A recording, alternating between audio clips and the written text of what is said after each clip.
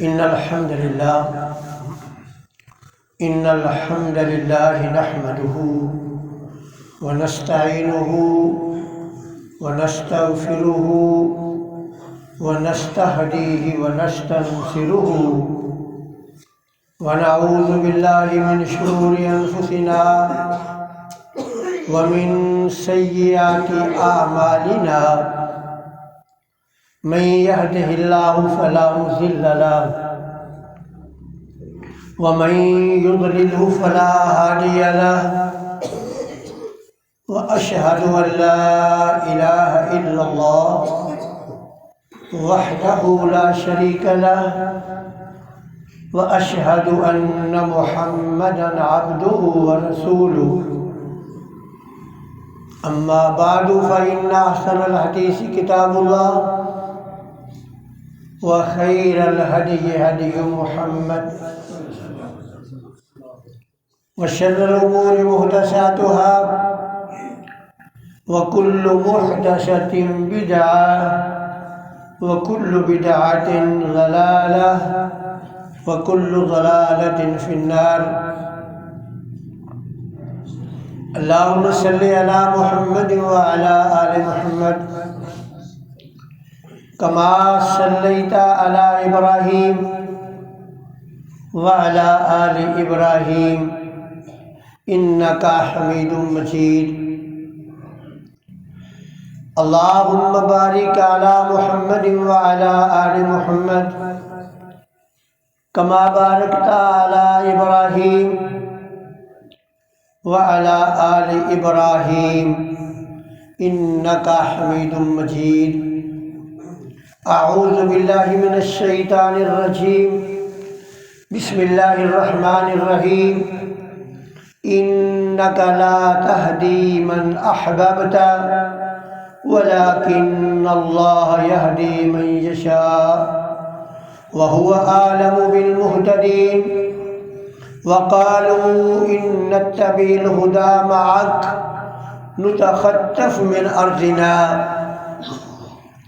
أولم نمكن لهم حرما آمنا يجبى إليه ثمرات كل شيء رزقا من لدنا ولكن أكثرهم لا يعلمون وكما أهلكنا من قرية بطرت معيشتها فتلك مساكنهم لم تسكن من بعدهم إلا قليلا وكنا نحن الوارثين وما كان ربك مهلك القرى حتى يبعث في أمها رسولا يتلو عليهم آياتنا وما كنا مهلك القرى إلا وأهلها ظالمون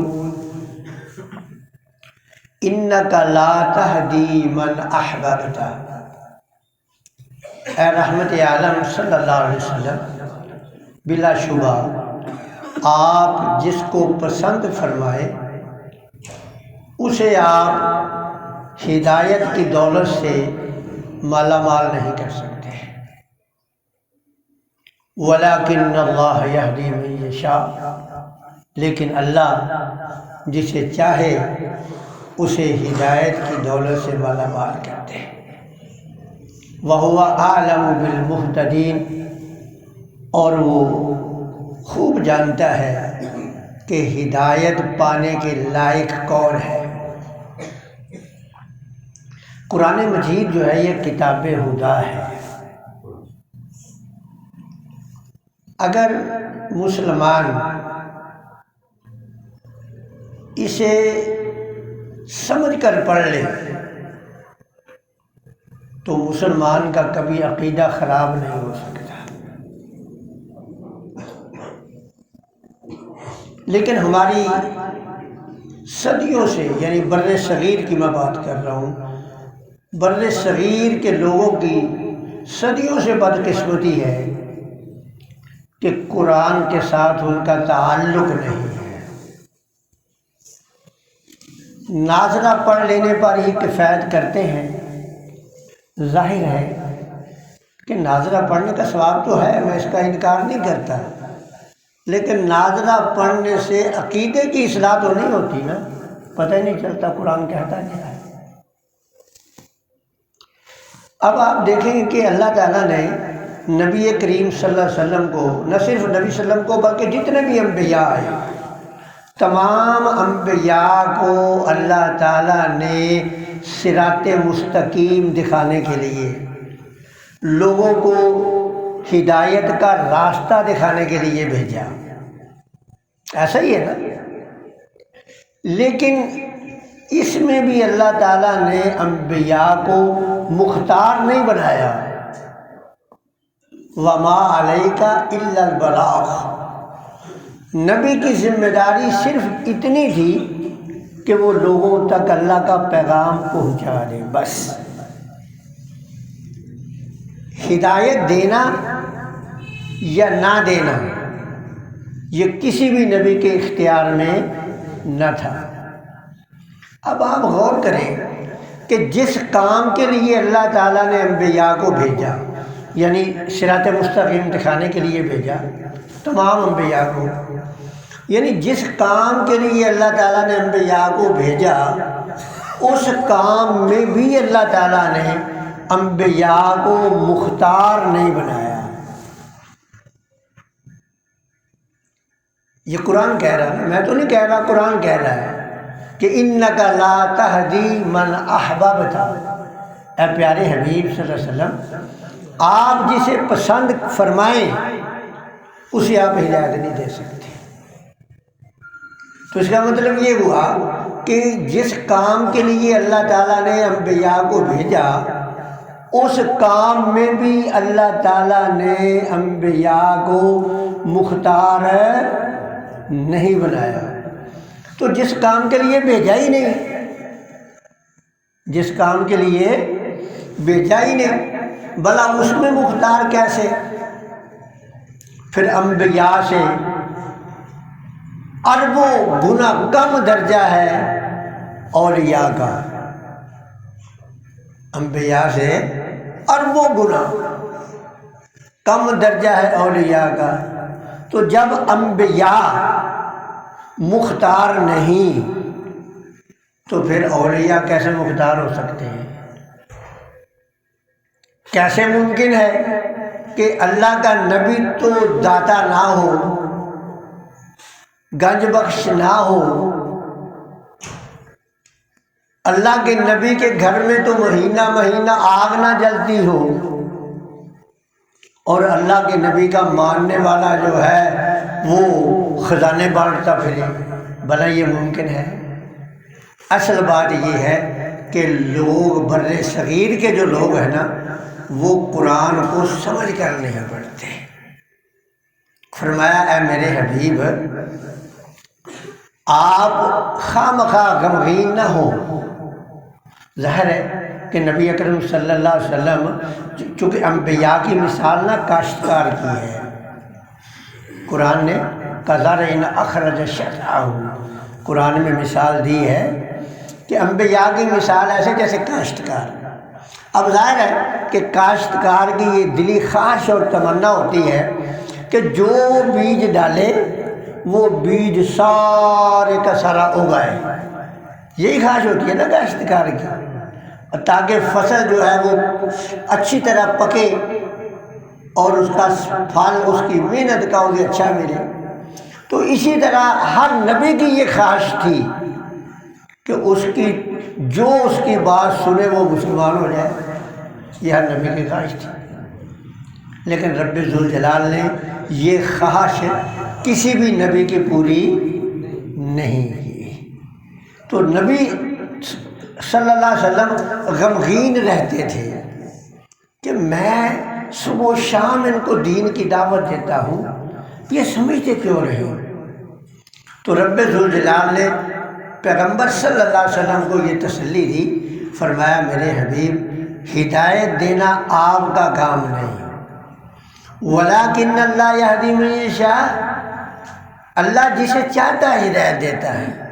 اور آگے رب ذوالجلال نے خود اپنا بھی ضابطہ بتایا کہ اللہ ہدایت دیتا کس کو ہے؟ فرمایا وَهُوَ أَعْلَمُ بِالْمُهْتَدِينَ، وہ خوب جانتا ہے کہ ہدایت حاصل کرنے کے لائق کون ہے، کیونکہ انبیاء کو نہیں پتا کہ ہدایت حاصل کرنے کے لائق کون ہے، لیکن اللہ کو پتا ہے۔ جو ہدایت حاصل کرنے کے لائق ہوتا ہے اللہ اسے ہی ہدایت دیتا ہے، اور جو ہدایت حاصل کرنے کے لائق نہیں ہوتا اس کو اللہ ہدایت نہیں دیتا۔ ایک دوسرے مقام پر فرمایا، وہاں بھی اللہ نے نبی صلی اللہ علیہ وسلم کو تسلی دی ہے۔ آپ نے فرمایا میرے حبیب، اگر میں ان کو زبردستی ہدایت دے دوں تو یہ ہدایت پر قائم نہیں رہیں گے۔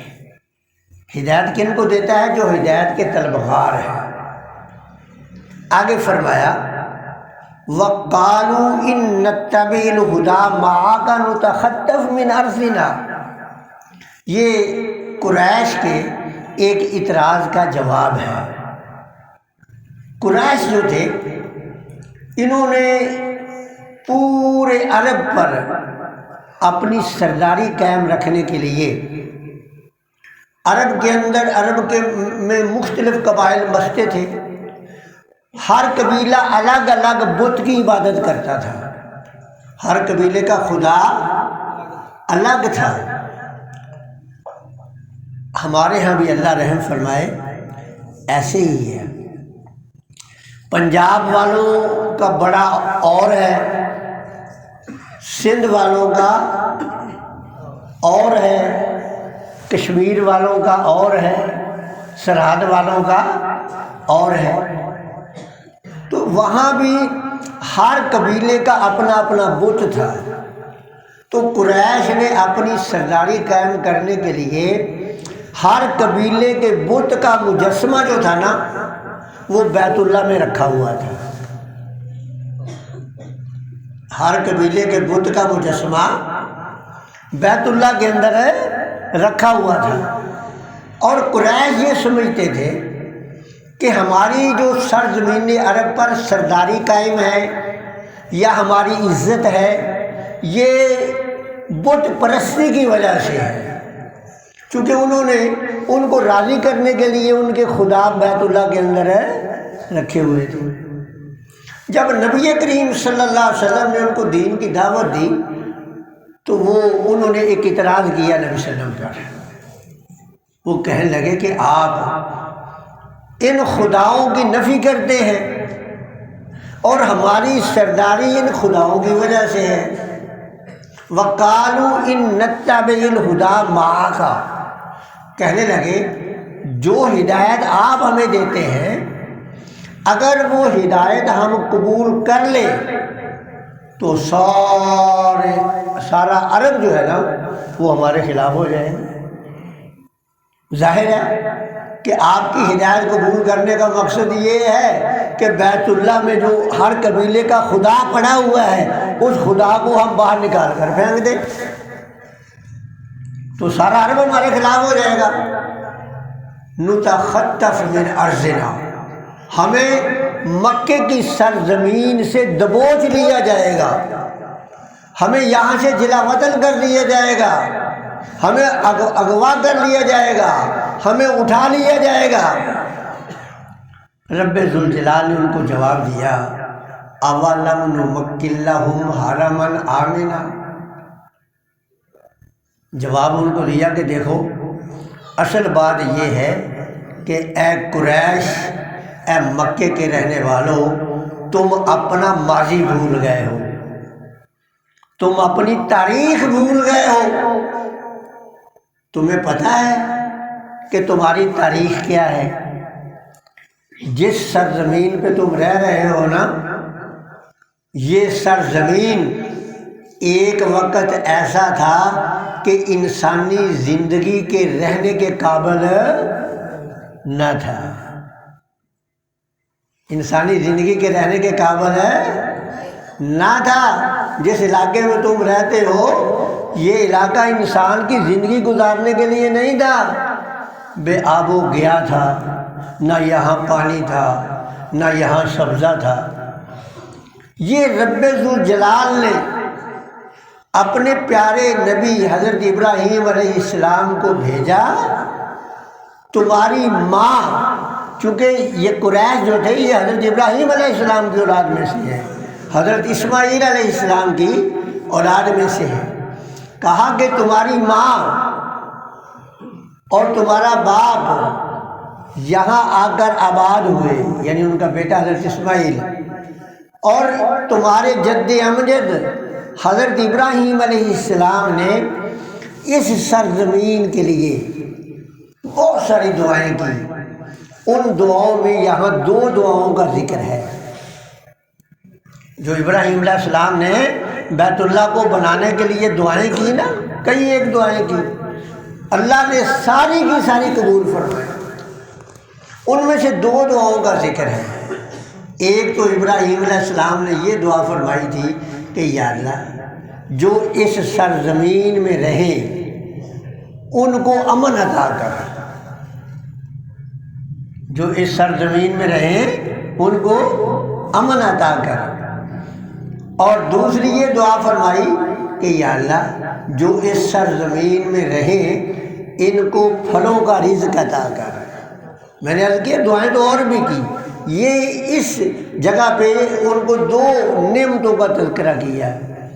فرمایا تم اے مکے والوں کیا تم دیکھتے نہیں ہو کہ تمہارا حرم مکہ جو ہے یہ محفوظ ہے، یہاں کوئی جرت نہیں کرتا ظلم و ستم کرنے کی، کوئی لوٹ مار کرنے کی جرت ہے نہیں کرتا، حرم سے باہر نکل جاؤ زندگیاں غیر محفوظ ہیں، حرم سے باہر نکل جاؤ زندگیاں غیر محفوظ ہیں۔ تو فرمایا اولم نمکن لہم حرما آمنا، کیا تمہیں معلوم نہیں ہے کہ رب ذوالجلال نے تمہیں ایسی جگہ پر جگہ دی اور اس جگہ کو اپنا حرم قرار دیا اور امن والا قرار دیا۔ پھر فرمایا یجبا الیہ ثمرات، یجبا الیہ ثمرات کل شیء، فرمایا کہ وہاں کچھ نہیں ہوتا لیکن اس کے باوجود دنیا بھر سے ہر میوہ ہر پھل وہاں کھینچے چلا آ رہا ہے۔ اور جو لوگ وہاں گئے ہیں نا وہ اس بات کی شہادت دیں گے، دنیا بھر کا میوہ، یہ پاکستان ہے زرعی ملک ہے لیکن یہاں آپ کو ہر موسم میں ہر چیز نہیں ملتی، زرعی ہے نا، کہتے بڑا اچھا میدانی علاقہ ہے۔ پچھلے سال میں مارچ میں گیا تھا اور ہمارے یہاں مارچ کے اندر آم کو ابھی پھول بھی نہیں لگتا، ہمارے یہاں اگر ہیں چھوٹے چھوٹے آم، یعنی مارچ میں چھوٹے چھوٹے آم یا پھول سمجھ لیں پھول لگے ہوتے ہیں، اور وہاں میں نے مکے کے بازاروں میں آم پکا ہوا دیکھا۔ یعنی آپ کا جو ملک زرعی ملک ہے اس میں آم ہر موسم میں نہیں، اور وہاں جو زرعی نہیں ہے وہاں ہر موسم میں ہے۔ اللہ فرماتے یجبا الیہ ثمرات کل شیء، وہاں دنیا بھر سے پھل جو ہے وہ کھینچے چلے آ رہے ہیں۔ اور یہ ہے کیا؟ یہ فرمایا رزقا من لدنا، یہ ہماری طرف سے رزق ہے۔ کیا تم اس بات کو بھول گئے ہو؟ تم کہتے ہو کہ اگر ہم مسلمان ہو گئے تو ہمیں دنیا اونچے کے لے جائے گی، تو دیکھو ہم نے تمہارے لیے امن والا شہر قرار دیا۔ فرمایا والتین والزیتون وطور سینین وہذا البلد الامین، امن والا شہر ہم نے تمہیں دے دیا ہے۔ اور پھر فرمایا وَلَٰكِنَّ أَكْثَرَهُمْ لَا يَعْلَمُونَ، اصل بات یہ ہے کہ تم اپنی تاریخ بھول گئے ہو، کسی میں تم ایمان تو لاؤ، کسی میں جرت ہی نہیں کہ تمہارا کوئی بال بھی ٹیڑھا کر سکے۔ پھر فرمایا کہ سن لو، اب اس آیت یہ جو ابھی آیت آ رہی ہے اس میں قریش کو خبردار کیا گیا ہے۔ فرمایا وَكَمْ أَهْلَكْنَا مِنْ قَرْيَةٍ بَطِرَتْ مَعِيشَتَهَا، کتنے شہر ایسے کہ جنہیں معیشت کی فراوانی نے، جنہیں دولت کی فراوانی نے کبر و غرور میں مبتلا کر دیا، اور ہم نے ان کے کبر و غرور کی ان کو یہ سزا دی کہ ہم نے ان کو تباہ و برباد کر دیا۔ وَكَمْ أَهْلَكْنَا مِنْ قَرْيَةٍ، کتنے شہر ہم نے تباہ کیے، اس لیے کیے کہ بَطِرَتْ مَعِيشَتَهَا، کہ وہاں کے رہنے والوں نے معیشت کی فراوانی پر فخر کیا، اللہ کے انبیاء کو جھٹلایا، ان کی تکذیب کی، ہم نے ان کو تباہ و برباد کر دیا۔ فرمایا فَتِلْكَ مَسَاكِنُهُمْ، یہ ان کی رہنے کی جگہ ہے، یہ ان کی الٹی ہوئی بستیاں ہیں۔ یہ اشارہ کیا اس بات کی طرف کہ تمہیں یہ جو بات بتائی جا رہی ہے کوئی انوکھی نہیں ہے۔ تم جب شام کی طرف جاتے ہو تو یہ 3 بستیاں تمہارے راستے میں آتی ہے، بس عاد کی بستی، سمود کی بستی، قوم لوط کی بستی، یہ تمہارے راستے میں آتی ہے۔ یہ بستیاں جو ہے وہ یہ ہیں وہ بستیاں۔ پھر فرمایا وَلَمْ تُسْكَنْ مِنْ بَعْدِهِمْ إِلَّا قَلِيلًا، وہ بستیاں جو تھی نا جب تباہ و برباد نہیں ہوئی تھی، بڑی ترقی یافتہ شہر تھے وہ، اللہ فرماتے ہیں کہ جب ہم نے ان کو تباہ و برباد کر دیا دوبارہ وہ شہر اس طرح آباد نہیں ہوئے، یعنی صدیوں پہلے جو تباہ و برباد ہوئے دوبارہ وہ اس طرح آباد نہیں ہوئے، الا قلیلا، ہاں ایسا ہوا کہ کوئی راہ گزر جا رہے ہوں اور انہوں نے اپنی 4 دن کے لیے خیمے گاڑ دیے ہو تو ہو، ورنہ وہ دوبارہ اس طرح آباد نہیں ہوئے۔ اب بھی آپ دیکھ لیں آپ کے پنجاب کے اندر 2 شہر ہیں، ایک ہڑپہ ہے، آپ دیکھ لیں جو پرانا ہڑپہ جو اللہ نے تباہ و برباد کیا ہے وہ ابھی تک آباد نہیں ہے، اس کے ساتھ شہر آباد ہو گیا ہے لیکن وہ جگہ ابھی تک آباد نہیں ہے۔ اسی طرح دوسرا شہر قصور میں چونیاں ہے، وہاں بھی ایک شہر آباد برباد ہوا ہے، وہاں دوسرا شہر قریب اس کے آباد ہو گیا ہے لیکن وہ دوبارہ آباد نہیں ہوا۔ فرمایا وَلَمْ تُسْكَنْ مِنْ بَعْدِهِمْ إِلَّا قَلِيلًا وَكُنَّا نَحْنُ الْوَارِثِينَ، اور اصل مالک ہم ہیں۔ یہ بات یاد رکھیں، اگر اللہ رب العزت کسی کو مال کی فراوانی دے نا تو بندہ یہ دعا کرتا رہے کہ یا اللہ عاجزی بھی دے۔ اگر کسی کو دولت ملے تو اس پر لازم ہے کہ یہ دعا کرے کہ یا اللہ مجھے عاجزی بھی دے، ورنہ عموماً ایسا ہوتا ہے کہ دولت کی فراوانی انسان کو مغرور بنا دیتی ہے، انسان کو تکبر میں مبتلا کر دیتی ہے، اور دوسری بیماری یہ پیدا ہوتی ہے کہ اس کی ہرس پہلے کے مقابلے میں اور بڑھ جاتی ہے۔ 2 بیماریاں پیدا ہوتی ہیں دولت کی وجہ سے، ایک کیا؟ ایک تو یہ ہوتا ہے کہ وہ اس میں تکبر اور غرور آ جاتا ہے، اور دوسرا یہ تکبر اور غرور کی وجہ سے اللہ تباہ کر دیتا ہے، اور دوسرا یہ ہے کہ ہرس اور لالچ بڑھ جاتا ہے۔ ہرس اور لالچ بڑھنے کی وجہ سے دل کا سکون ختم ہو جاتا ہے۔ فرمایا الہاکم التکاثر حتی زرتم المقابر، تمہیں مال کے زیادتی نے، لالچ نے اور مل جائے اور مل جائے، اور یہ ہرس اس وقت تک قائم رہی کہ تم مر کے قبروں میں پہنچ گئے۔ اس لیے اللہ کسی کو دولت دے تو دعا کرے کہ یا اللہ مجھے 2 چیزیں عطا کر دے ایک قناعت پسندی کہ یا اللہ جتنا دے دیا میرے لیے کافی ہے، اور دوسرا یہ ہے کہ یا اللہ مجھے عاجزی دے دے، اور اگر ورنہ ہوتا کیا ہے کہ تکبر و غرور بھی آتا ہے، لالچ بھی بڑھتا ہے، اتنا لالچ بڑھ جاتا ہے کہ رسول اللہ صلی اللہ علیہ وسلم نے فرمایا کہ ایک بندے کو اگر دو پہاڑوں کے درمیان جو خالی جگہ ہوتی ہے، دو پہاڑوں کے درمیان جو خالی جگہ ہوتی ہے، یہ بھر کر سونے کی مل جائے، یہ بھر کر سونے کی مل جائے تو وہ اس کی نیت نہیں بھرے گی۔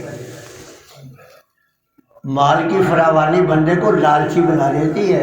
یہ مت سمجھو، کئی میرے دوست یہ سمجھتے ہیں بھی اللہ تعالیٰ ہمیں اتنا مال دے تاکہ ہم بے پرواہ ہو جائیں اور سکون کی زندگی گزارے۔ نہ، سکون نہیں ملتا، سکون نہیں ملتا۔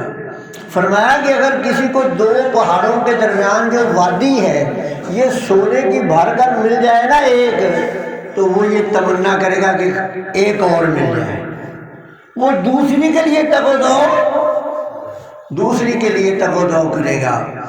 اور فرمایا ان کو یہ بتا دو وَكُنَّا نَحْنُ الْوَارِثِينَ، اصل مالک ہم ہیں۔ اصل مالک کون ہے؟ اصل مالک ہم ہیں، ہم نے دیا ہے اور تم نے یہ مال یہیں چھوڑ کر چلے جانا ہے۔ ہم نے دیا ہے اور تم نے یہ مال یہاں چھوڑ کر چلے جانا ہے۔ اسی لیے دانا اور عقل مند کہتے ہیں کہ کفن کے ساتھ جیب نہیں ہوتی۔ دانا آدمی مثال دیتے ہیں سمجھانے کے لیے کہ کفن کے ساتھ جیب نہیں ہوتی۔ یہاں تو جیب ہے نا، اور دیکھ لو انگریز کتنا سیاست دان تھا، اس نے جیب بھی ہمارے دل کے اوپر لگائی ہے۔ سیدھے طرف ہے کسی کی جیب؟ سب دیکھو اپنی اپنی ہے، سیدھی طرف نہیں ہے، سب کی الٹی طرف ہے، الٹی طرف لگائی ہے کہ یہ دولت جو ہے نا دل سے لگا کے رکھنا۔ حالانکہ یہ دل سے لگانے والی چیز ہے نہیں ہے، یہ چھوڑ کے جانا ہے، اور جب چھوڑ دینا ہے تو پھر کون مالک ہے؟ وَكُنَّا، اللہ فرماتے ہیں وَكُنَّا نَحْنُ الْوَارِثُونَ، ہم ہیں وارث اصل میں۔ اور یہ عقیدہ اگر اللہ بندہ رکھ لینا کہ یہ دولت اللہ نے دی ہے اور پھر اللہ ہی کی ہے، تو پھر انسان میں آ جاتی ہے عاجزی، اور یہ اگر نہ آئے تو پھر آ جاتا ہے غرور۔ اللہ تعالیٰ سے دعا ہے کہ اللہ تعالیٰ آپ سب کو دولت بھی دے تو دولت کے ساتھ ساتھ عاجزی اور قناعت بھی دے۔ وآخر دعوانا الحمدللہ رب العالمین۔